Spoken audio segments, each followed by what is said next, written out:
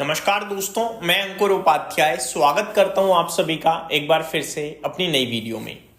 दोस्तों, भारतीय बाजार की बात करी जाए अगर कल तेजी या मंदी, तो इसका जवाब नहीं देंगे, हम नहीं शेयर ही नहीं करेंगे, व्यू ही शेयर नहीं करूंगा क्योंकि बनेगा ही नहीं व्यू। बहुत इंपॉर्टेंट डे है कल, बहुत बहुत इंपॉर्टेंट इसलिए केवल गैप अप और गैप अप या गैप डाउन के लिए, क्योंकि कल हैवी स्टॉक्स अपने रिजल्ट्स पे रिएक्शन देने वाले हैं। और प्रॉब्लम का विषय ये है कि स्टॉक्स के जो नंबर्स है ना, उस पर आप कॉल नहीं ले सकते कि तेजी है या मंदी है। मैं आपको एग्जांपल शेयर करता हूं। कल बड़ी कंपनियों में 4 कंपनियों के नतीजे आ चुके हैं जो रिएक्ट करेंगी। एक है रिलायंस इंडस्ट्रीज, अपने दम पर बाजार हिला सकता है। दूसरा है आईसीआईसीआई बैंक, अपने दम पर बाजार हिला सकता है।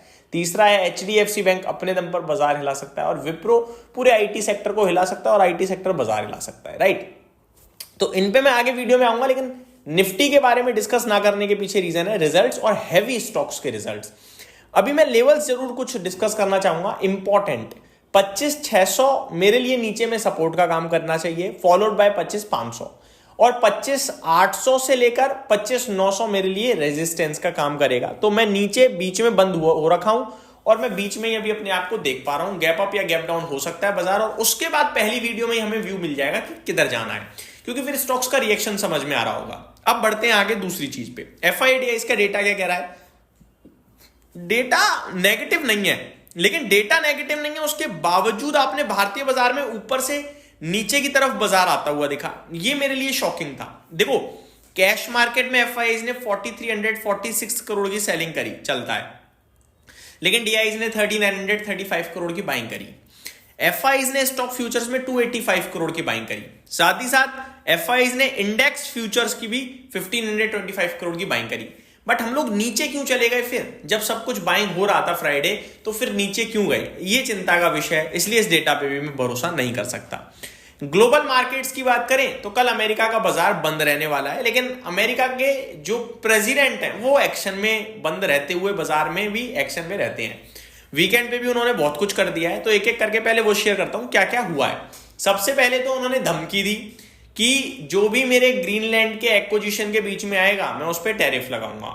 सबने कहा ठीक है भाई, किस किस पे लगा दोगे आप? पूरा यूरोपियन यूनियन अपोजिट में था, पूरा नाटो अपोजिट में है, खुद ग्रीनलैंड अपोजिट में है, डेनमार्क अपोजिट में है, इटली में भी कह दिया ना ये सही नहीं है।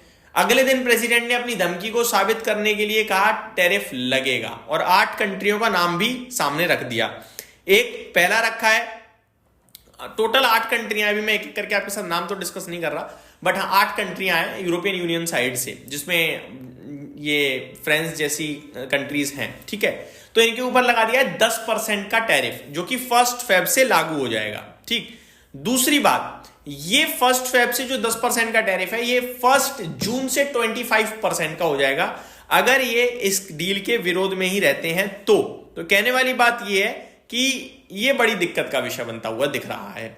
इसके बाद इन्होंने कहा है कि पूरे यूरोपियन यूनियन पे भी लगा सकता हूं मैं टैरिफ, और नाटो पे भी लगा दूंगा अगर मेरे अपोजिट में रहे तो। इस पे यूरोपियन यूनियन ने भी एक्शन ले लिया है। उन्होंने क्या करा है, उन्होंने यूएस की और यूरोपियन यूनियन की जो ट्रेड डील है उस एग्रीमेंट को फ्रीज कर दिया है। लो भाई, अब परेशानी आपस में अमेरिका अपने लिए खड़ी कर रहा है, इससे भारत का कुछ लेना देना नहीं है, मैं ये भी बताना चाहूंगा आप सभी को, ठीक। आगे बात करें दोस्तों, तो एफआईआईज के लिए मेरे को लगता है थोड़ा और प्रॉब्लम खड़ी कर दी है।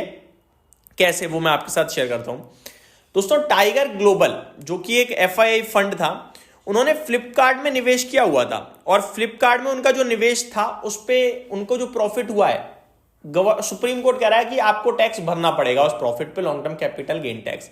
अब आप कहोगे भाई इसमें क्या गलत है, ये तो सभी करते हैं।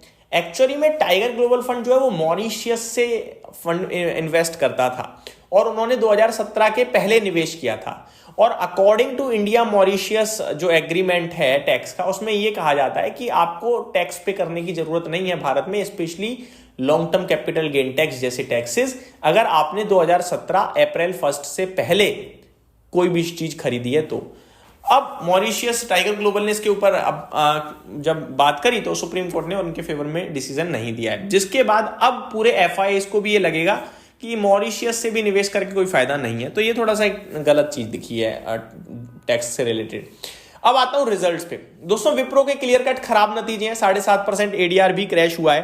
तो एडीआर जब क्रैश हुआ है हमें क्लियरली दिख रहा है, इससे हमें क्लियर समझ में आ रहा है कि आईटी तो वीक रहने वाला है। अब सिर्फ देखना ही होगा कि पूरा का पूरा आईटी वीक रहेगा या केवल विप्रो ही वीक होगा।